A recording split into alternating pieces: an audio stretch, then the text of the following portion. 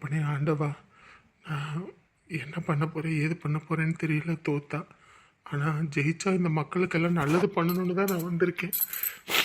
ஜெயிப்பனா தோப்பனான்னு தெரியாது, கையிலேருந்து 10 காசு இறைக்கல. இந்த மக்களுக்கு நான் சொல்லி புரிய தான் வச்சுருக்கேன். நீ தான்ப்பா அருள் புரியணும். அதாம்மா, அம்மா அவங்க இருந்துட்டு சொல்கிறாங்க, எதுக்குப்பா இங்கே இருந்துக்கிட்டு, அங்கே தான் வீடு இருக்குல்ல, அங்கே வந்து இருங்க, யாரும் உங்களை எதுவும் சொல்கிறதுக்கு இல்லை அப்படின்றாங்க. இப்போ அதனால் என்ன முடிவு பண்ணுறீங்க? எல்லாத்தையும் பொட்டி படிக்க தூக்கிட்டு அங்கே கிளம்புறேன்றீங்களா? என்னம்மா இப்படி பேசுகிற? வேற எப்படி பேசுவாங்க? வேற எப்படி பேசுவாங்க? அந்த குடும்பத்தால் 2 பேரும் அசிங்கப்பட்டு அவமானப்பட்டு கூனி குறுகி போய் வந்தீங்க. அந்த நேரத்தில் யார் வந்தா உங்களுக்காக? நாங்களும் இல்லைன்னா நேரத்துக்கு நீங்கள் செத்த இடத்துல புல்லு முளைச்சி போயிருக்கோம். ஆனால் உங்களுக்காக நாங்கள் அம்புட்டியும் பார்த்து பண்ணிக்கிட்டு இருக்கோம். அப்போ தான் அவங்க கூப்பிட்டாங்களா, கொடுக்குறாங்களா, அவங்க போகிறாங்களாம். கம்முன்னு இருங்க. ஐயோ, அதுக்குன்னு இல்லைம்மா, இங்கே இருந்தோம்னாலும் என்னைக்காவது ஒரு நாள் நம்மளால் சங்கடம் வந்துடும்.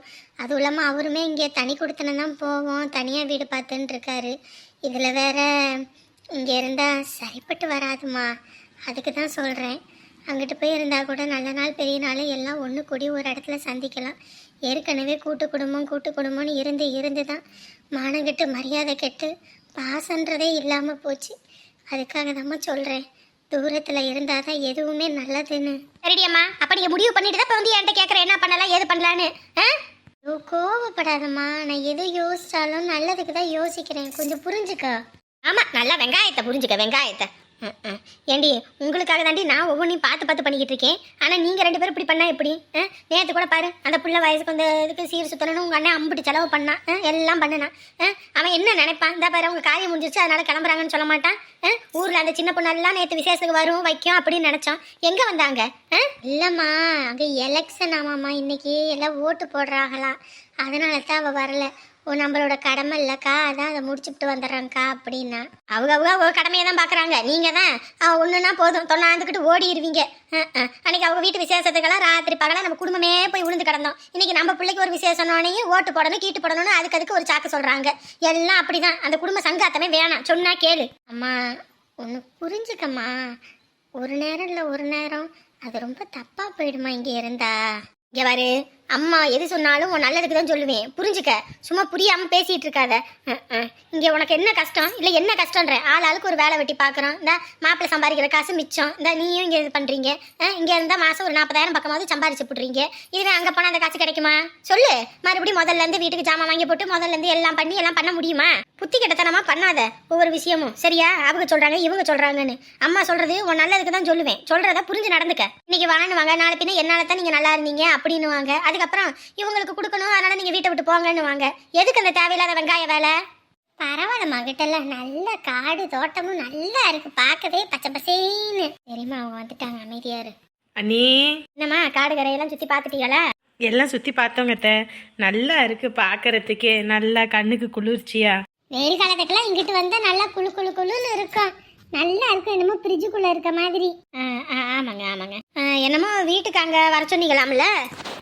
ஆமாங்கம்மா, நான் ஒத்தால தான் அங்கே கிடக்கிறேன், வேற யார் இருக்கா? வயசான கட்டை, நான் எப்போ வேணாலும் போய் சேர்றது தான்.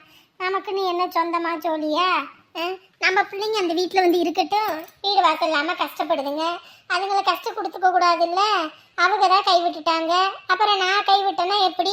அதான் பிள்ளைங்க அங்கே வந்து இருக்கட்டும்னு சொன்னேன். எதுக்கு உங்களுக்கு சிரமம்? அவங்க இங்கே இருக்கட்டும், சும்மா எல்லாரும் கூப்பிடுவாங்க, அவள் வருவாங்க, அதுக்கப்புறம் எல்லாரும் உங்களோட உதவியை எடுத்துக்குவாங்க, அப்புறமேட்டு சக்கை மாதிரி தூக்கி வீசி போடுவாங்க.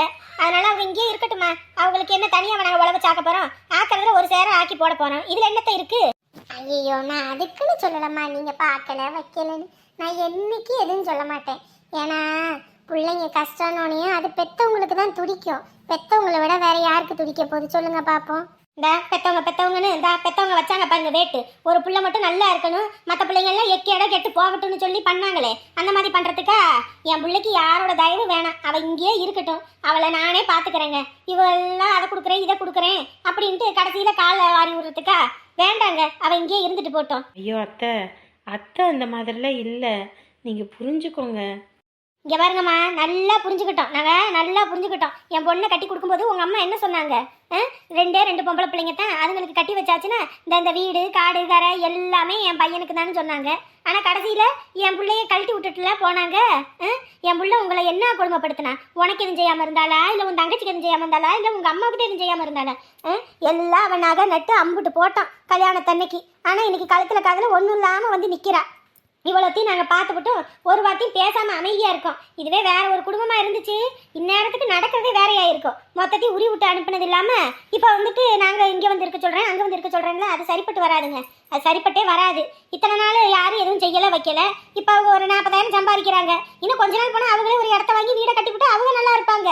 அவங்களுக்கு என்னத்த கஷ்டத்தை நாங்கள் கொடுக்க போகிறோம்? எல்லாரும் அவங்களோட தயவத்தான் பார்க்குறாங்களே தவிர அவங்க நல்லா தான் பார்க்குறாங்க. இவங்களை பற்றி யாரும் யோசிக்கிறது கிடையாது.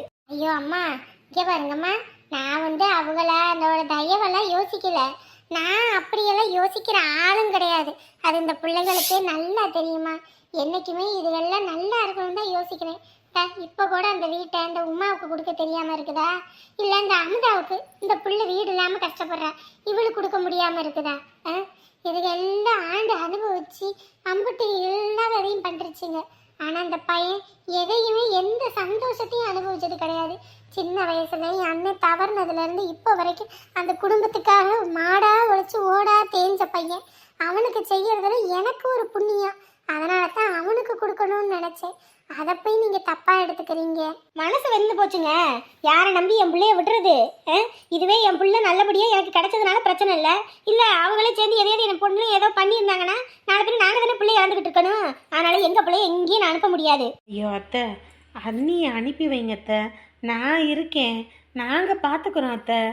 நீ எப்படிமா பார்த்துக்குவ? நீ எப்படி பார்த்துக்குவ? இல்லை அத்தை தான் அங்கே ஊர்லேயே ஒரு வீடு இருக்குது, அங்கே வந்து நீ தங்கிக்கோ. அவங்களும் இங்கே இருந்தாங்கன்னா எல்லாம் ஒன்று மண்ணா ஒரே ஊரில் இருந்துக்கலாம் அப்படின்னாங்க. அங்கேயும் வேலை வாய்ப்புக்கெல்லாம் குறைவுன்னு நினைக்காதீங்கம்மா. அங்கெல்லாம் வந்தவங்க யாரும் கெட்டு போனதா சரித்திரமே இல்லை. நீங்கள் பிள்ளைங்களை அனுப்பிவிடுங்க, அவங்கள நல்ல நிலைமைக்கு வச்சு நான் அனுப்பி வைக்கிறேன். நீங்களே பார்த்து பெருமைப்படுற அளவுக்கு நான் அவங்கள வச்சுக்குவேன். என்னை இந்த ஒரு தடவை நம்புங்கம்மா.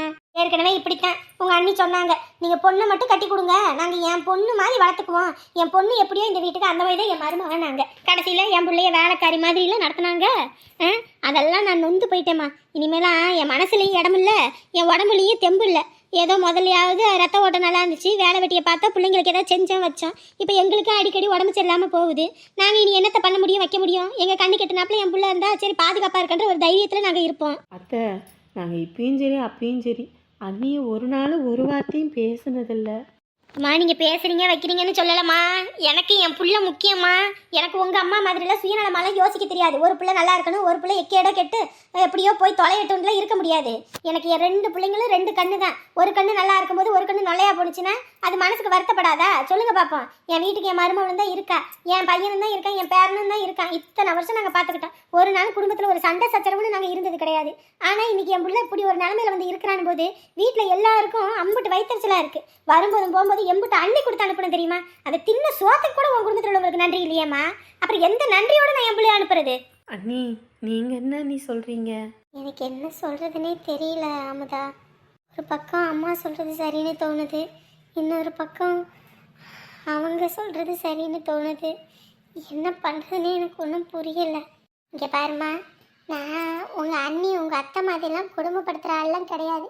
உனக்கே தெரியும், நான்லாம் பிள்ளை இல்லாத, எனக்கு ஒரு பிள்ளைங்க மாதிரி தான் நீங்கள் எல்லாருமே. நான் யாருக்கு என்ன செய்யாமல் இருந்திருக்கேன் சொல்லு பார்ப்போம். என் பிள்ளைங்க என் வீட்டுக்கு வந்தால் நான் செய்ய மாட்டேனா, வைக்க மாட்டேனா? உங்கள் எல்லாத்தையும் நான் பார்த்துக்கணுன்னு தான் ஆசைப்பட்றேன். உங்களுக்கு விருப்பம் இருந்தால் அந்த வீட்டில் வந்து இருங்க. அப்படி இல்லையா, உங்களுக்கு ஒரு கஷ்ட நேரத்தில் உங்களுக்கு ஏதாவது ஒரு தேவைன்னு படும்போது அந்த வீட்டில் வந்து இருங்க. அங்கே யாரும் உங்களை எதுவும் சொல்ல போகிறது கிடையாது, சரிங்களா? நீங்கள் எப்போ வேணாலும் அங்கே வந்து இருக்கலாம். இப்போ தான் வந்து இருக்கணுன்றது இல்லை. ஏதோ என் பிள்ளைங்க நீங்கள்லாம் கஷ்டப்படுறீங்கன்றனால தான் உங்களுக்கு இதை கொடுக்கணும்னு நினச்சேன். சரி விடுங்க, உங்களுக்கு எது விருப்பமோ அதே செய்யுங்க. சொல்லுங்கப்பா. டேய் மகனே, எப்படா ஊருக்கு வரலான்னு இருக்க? ஷப்பா, ஊருக்கு வா ஊருக்கு வா ஊருக்கு வான்னு என்னை ஒரு வழி ஆக்கிடுவப்பா. நான் என்ன இங்கே சும்மாவா இருக்கேன்? வேலைனால தானே இங்கே ஸ்டூடியோ வச்சுட்டு வந்து உக்காந்துருக்கேன். சும்மா வா வானா என்ன அர்த்தம்? கம்முன்னு இருக்க முடியாதா? இல்லடா, போன மாசம் வந்த ஊருக்கு இன்னும் இந்த மாசம் ஊருக்கே வரல, கண்ணுக்குள்ளேயே இருக்க.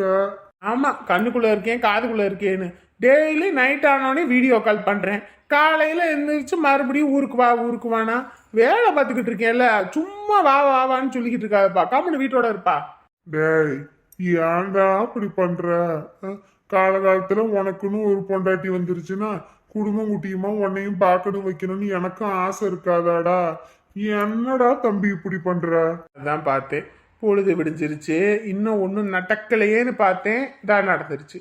எப்போ உனக்கு வேற வேலையே இருக்காதா? எப்போ பார்த்தாலும் கல்யாணம் கல்யாணம் கல்யாணம் கல்யாணம் கல்யாணம் கல்யாணம் கல்யாணம் கல்யாணம் கல்யாணம். ஏப்பா உயிர் எடுக்கிற நீ? ஏண்டா, நானு எப்ப போவேன்னு கூட தெரியாது. உங்க அம்மா உன்னை விட்டுவிட்டு போயிட்டா. அவ போன இடத்துக்கே தெரியாம இருக்கு. உன்னே ஒரு இடத்துல புடிச்சு கொடுத்துட்டேன்னா அதுக்கப்புறம் நிம்மதியா போய் சேர்ந்துருவேன். இல்லைன்னா ஏதாவது ஒண்ணு கிடக்க ஒண்ணு ஆகி போச்சுன்னா உன்னைய நினைச்சு என் ஆத்ம சாந்தி அடையாதுடா. அப்பா உன் கூட பெரும் ரோதனையப்பா. சாந்தி அடையாது சங்கடம் அடையாதுன்னு என்னை கடுப்பேத்திக்கிட்டு இருக்க சொல்லிட்டேன். சரிடா, இந்த வாரத்துல ஒரு பொண்ணு வீடு இருக்குன்னு சொல்லியிருக்காங்க. போய் ஒரு பார்த்துட்டு வந்துருவோமா? வேற வேலை குழப்பம் இல்லை எனக்கு. கம்முனு போன வை. டேய், நீயும் அதே ஊர்ல தானடா இருக்க. நம்ம ஊர்ல திருச்செங்கோட்டுல பொண்ணு எடுத்தா தான் நீ வந்துட்டு வேண்டாம், வேலை செய்யற இடத்துல பார்க்கணும் வைக்கணும்ன்ற. இப்ப அதே மாதிரியே நீ வேலை செய்யற இடத்துலயே ஒரு பொண்ணு அமைஞ்சிருக்குடா. அந்த பொண்ணையும் உனக்கு கட்டி வைப்போண்டா. சொல்லுடா தம்பியே. போட்டா இந்த பையன் வந்தோனையும் வாட்ஸ்அப்ல அனுப்பிவிட சொல்றேன். ஒரு சப்புலையும் அனுப்ப வேண்டாம். நீ சப்புல அனுப்பினாலும் சரி கிப்புல அனுப்பினாலும் சரி நான் பார்க்க மாட்டேன். எனக்கு வேண்டாம் வேண்டாம் வேண்டாம். என்னைய பொறுத்த வரைக்கும் என் ஸ்டூடியோவை பெரிய லெவலுக்கு கொண்டு வரணும். அதுதான் என்னோட முதல் வேலை. அதை விட்டுட்டு கல்யாணம் காட்சி அதுக்கு இதுக்குன்னு போனோம்னா இதை பார்க்கவே முடியாது. நீ போன வை.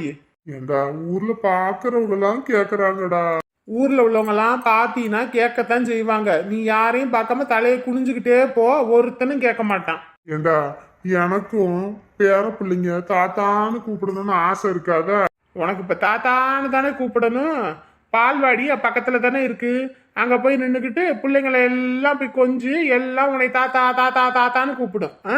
சும்மா கடுப்பேத்திக்கிட்டு இருக்காம போன வைப்பா. ஏ மச்சி, வாயா மாப்ள. என்னடா என்ன கத்திக்கிட்டு இருக்கற? வேற யாரு, மை டேடி தான் ஃபோன் பண்ணிட்டு இருக்காரு. கல்யாணம் பண்ணிக்கேன்னு ஏதோ பொண்ணு இருக்குன்னு. அதுவும் இந்த ஏரியாவில இருக்குதாமா. அதான் சொல்லிக்கிட்டு இருக்கா. அப்படின்னா போய் பார்க்க வேண்டியதுனடா. ஏன்டா நீ வேற கல்யாணத்தை பண்ணிக்கிட்டு கடைசி வரைக்கும் நம்மளோட லட்சியத்துல நம்ம நிக்கவே முடியாதுடா. கல்யாணம்னு ஆயிடுச்சுன்னு வச்சுக்க, அதுக்கப்புறம் குழந்தைன்னு வாங்கிய குழந்தைய பார்த்ததுக்கப்புறம் அதுக்கு நல்ல பள்ளிக்கூடம்னு வாங்கிய அதுக்கப்புறம் அதுங்களுக்கு ஒரு நல்ல வாழ்க்கையை அமைச்சு கொடுக்கணும்னு சொல்லிட்டு நம்ம வாழ்க்கையில அதுங்களும் நோக்கியே தான் ஓடுவோமே தவிர நம்மளை பத்தி யோசிக்க நமக்கு நேரமே இருக்காது. அதெல்லாம் பிடிச்சி அவரை திட்டி விட்டேன். டேய், பிடிக்குதோ பிடிக்கலையோ ஒரு எட்டு போய் அவரை பார்த்துட்டு வந்துட வேண்டியதானே பொண்ணையும். அட நீ வேறடா, வர்ற பொண்ணு நமக்கு ஏத்த பொண்ணா இருக்கணும். சரியா? நீங்க வந்துட்டு எப்படின்னா சரிங்க, நீங்க ஒரு லட்சியத்தோட இருக்கீங்க, நானும் உங்களுக்கு சப்போர்ட் பண்றேன், நீங்க இப்போதைக்கு இதை பாருங்க, நான் வீட்டை பாத்துக்கிறேன் அப்படின்னு சொல்ற பொண்ணா இருந்தா பிரச்சனை இல்லை.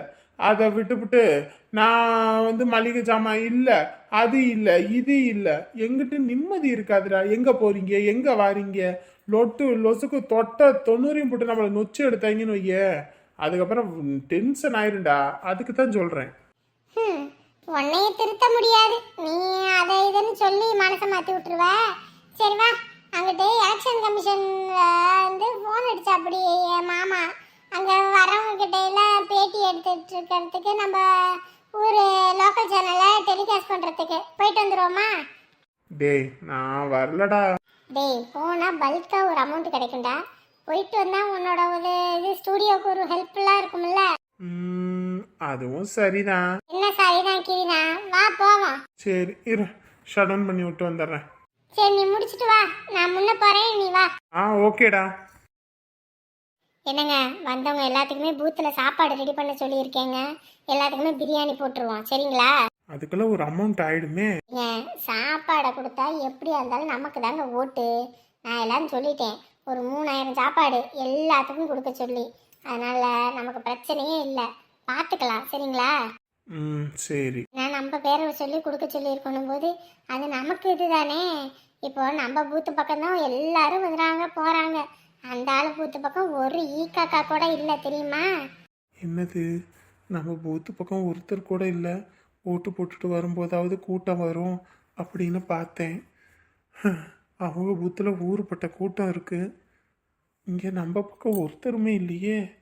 ஷோ ஆண்டவனே, இந்த ஊர் மக்களுக்கெல்லாம் அவ்வளோ தூரம் பேசி புரிய வச்சோம், எல்லாரும் அங்கிட்டு தான் ஓட்டு போடுவாங்க போல. சரி. எங்க அங்க பாருங்க. என்ன தலைவரே, வாங்க. நம்ம பூத்துல எல்லாத்துக்கும் சாப்பாடு கொடுக்குறோம். 3000 சாப்பாடு சொல்லியிருக்கோம். அதனால உங்களுக்கும் ஒரு சாப்பாடு, உங்க பொண்டாட்டிக்கும் ஒரு சாப்பாடுன்னு சொல்லி 2 சாப்பாடு வாங்கிக்கோங்க. போங்க.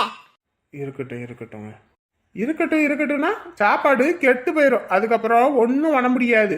போங்க, நல்லா பிரியாணி, லெக் பீஸோட பிரியாணி உங்களுக்கு மட்டும் தனியாக எடுத்து தர சொல்கிறேன். ஓட்டு போடணும்னா இறைக்கணும். எதையுமே இறைக்காம வீட்டுக்குள்ள பூட்டி வச்சா முடியுமா? அதுவும் இல்லாம வர்றவங்களுக்கு சாப்பாடு தனியாவது கொடுக்கணும். வர்றவங்க கால் கடுக்க நிக்கிறாங்கன்னு எதுவுமே கொடுக்காம நமக்கு காரியம் ஆகணும்னா ஆகுமா? ஆக பூத்துல ஒரு ஈ காக்காவை கூட காணோம். பேச்சு சாமர்த்தியம் இருந்தால் மட்டும் பத்தாது, இறைக்கணும். இறைச்சாதான் இங்கே காரியமே நடக்கும். உங்களை மாதிரி காரியம் ஆகணும்னா கழுத காலை கூட பிடிக்கிற அளவுக்கு நான் கேவலமானவன் கிடையாது. இந்த சொக்கு நான் நல்லது செய்யணும்னு மட்டும்தான் யோசித்தேன். குறுக்கோளியில் போய் எந்தையும் ஜெயிக்கணும்னு நான் நினைக்கல. நாங்க குறுக்கோளியில போனோமா? குறுக்கோளியில போனோம்னாலும் நாங்க போக வேண்டிய இடத்துக்கு வெரசா போயிருவோம். உங்களை மாதிரி ஊர்ந்துகிட்டு போக மாட்டோம். முயலாம கதை தெரியுமா? முயலாம கதை தெரிஞ்சதுன்னா நீங்கள் இந்த அளவுக்கு பேச மாட்டீங்க. முயல் எந்த அளவுக்கு வேகமாக வேணாலும் போகலாம், ஆமை ஊர்ந்துக்கிட்டு தான் போகும். ஆனால் போக வேண்டிய இடத்துக்கு ஆமை வெரசா போயிடும். ஆனால் முயல் அந்த அளவுக்கு வேகமாக போகாது. முயல் ஆமை மாதிரி இருக்கக்கூடாது, ஆனால் முயலாமத்தான் இருக்கவே கூடாது. முயற்சி திருவினையாக்கும், முயன்றால் சாதிக்க முடியும். என்ன இப்படி பேசிட்டு போறான்? அட ஏங்க, அவன் தோத்து போயிருவான். அவன் பூத்து பக்கம் ஒரு ஈ காக்கா கூட இல்ல. அவன் பொண்டாட்டி மட்டும் தான் உக்காந்துக்கிட்டு ஈ ஓட்டிக்கிட்டு இருக்கா. அந்த வயிற்றுச்சல பேசிக்கிட்டு போறாங்க. மொத்த பேரும் நமக்கு தான் ஓட்டுன்னு சொல்லிட்டாங்க. அவன் கீழே விழுந்தாலும் மீசல மண்ணு ஓட்டலன்ற மாதிரி போறான். என்ன அப்படிதானே மனசு தேத்திக்கிட்டு போயாவணும். அவன் தான் அடி அடிச்சா கூட அம்மி நகரும், மக்கள் நகருவாங்களா? மொத்த ஓட்டு நமக்கு தான். அவன் டெபாசிட் கூட வாங்காம போறான் பாருங்க. முதல்ல கிளம்ப சொல்ல வேண்டியதானே, மணி ஆயிடுச்சு, பூத்துல அங்க வேற வேலை கிடக்குன்னு சொன்னேன், நேரமா போகணும்னு சொன்னேன்ல, இன்ன வரைக்குமா கிளம்புறதுக்கு? தம்பி இல்லைங்கப்பா, அம்மா பெரிய பெரிய ஆளுங்க வீட்டுக்கு வருவாங்கன்னு சொல்லிட்டாங்க. வீடு வாசலாம் கூட்டி இந்த பாத்திரம் மண்டலம் கழுவி வச்சுட்டு தான் வரணும்னாங்க. ஓ, காலையில இருந்து 2 பேர் வீட்டுல இருக்கீங்க, 2 பேரும் ஆளாளுக்கு ஒரு வேலை பார்த்தா கூட செய்யலாம்ல. தம்பி அவன் மாசமா இருக்கா, தலை சுத்துது வாந்தி வருதுன்னு அவளே சோந்து சோந்து போய் உட்கார்றா. உட்கார்ந்ததோட தான் அதையும் இதையும் இழுத்து போட்டு பாக்குறா. பாருங்க, ஒன்னு சொன்னா அதை கேட்டுக்கங்க, அதை விட்டு எதிர்த்து பேசாதீங்க. போவோமா? ஏண்டி சேலை கட்டி அந்த கழுத்துல காதுல அந்த நகையெல்லாம் அள்ளி போட்டுக்கிட்டு வரலாம்ல? ஒன்றும் இல்லாத மாதிரி வாரா பாரு, பிச்சைக்காரி மாதிரி. இல்லைம்மா, சேலை கட்டலான்னு தான் பார்த்தேன். அதுக்கப்புறம் வேற கூட்டம் வேற ஓவராக இருக்கும். எனக்கு வேற சோந்து வருது. எங்கிட்டாவது உட்காந்து எந்திரிக்கிற மாதிரி இருக்கும். சேலை கட்ட அங்கிட்டு இங்கிட்டு விளவிட்டு இருக்கும். அது இல்லாமல் நகையெல்லாம் அள்ளி போட்டுக்கிட்டு வந்தோம்னா கூட்டம் வேற. யாராவது கழுத்தில் காதில் உள்ளதை தூக்கிட்டு போனானாலும் ஒன்றும் வாங்க முடியுமா? ஊறுபட்ட வேலை இல்லை. ஐயோ, இதுங்க வேற நகையை பற்றி பேசுதுங்களே. நகையெல்லாம் கொண்டு போய் அடகு வச்சாச்சு, அது வீட்டில் இல்லைன்னு தெரிஞ்சது நம்மள அவ்வளோதான் கிழிச்சு கேப்ப நட்டுருவாங்க. சரி கிளம்புவோம். என்ன வெட்டி பேச்சு 2 பேத்துக்கும்? இல்லைங்க தம்பி, வீட்டில் தான் அம்பிட்டு நகை நட்டு இருக்கு, எல்லாத்தையும் அள்ளி போட்டுக்கிட்டு வர வேண்டியதானே. இப்படி ஒன்றும் இல்லாத மாதிரி வந்தாங்கன்னா அது நம்ம தலைவருக்கு தானே கெட்ட பேரு. அதுவும் இல்லாமல் அப்பாவும் அம்மாவும் ஏதோ வீட்டுக்கு வந்த மருமகளை கஷ்டப்படுத்துறாங்கன்னு நினைப்பாங்கல்ல. ஆனால் இப்படி சேலையை கட்டிட்டு நகையை போட்டுட்டு வர சொன்னேன். அதெல்லாம் ஒரு வெங்காயமும் வேண்டாம், கம்முனு வாங்க. அங்கே வேற பூத்தில் ஊர்பட்ட வேலை கிடக்குது. இப்போத்தான் நகை நட்டு வெங்காயம் அது இதுன்னு வாங்க. முதல்ல கிளம்பி, வண்டி வேற போயிருந்தா என்னமோ தெரியல. ஏம்மா, அவர் தான் மூஞ்சில் அடிச்ச மாதிரி பேசுறாருன்னு தெரியுதுல்ல. அவர்கிட்ட எதுக்கு வாய்க்கு வாய் நீ வாயாடிக்கிட்டு இருக்க? சரியா, ஒன்று சொன்னா சரின்னு கேட்டுட்டு போ. அதை விட்டுட்டு தேவையில்லாமல் அவர் கோவத்தை சீண்டிக்கிட்டு இருக்காம. அதுக்குன்னு இல்லடி, நாளை பின்ன மருமகளை எப்படி வச்சுக்கிறாங்க அப்படின்னு சொல்லுவாங்கல்ல.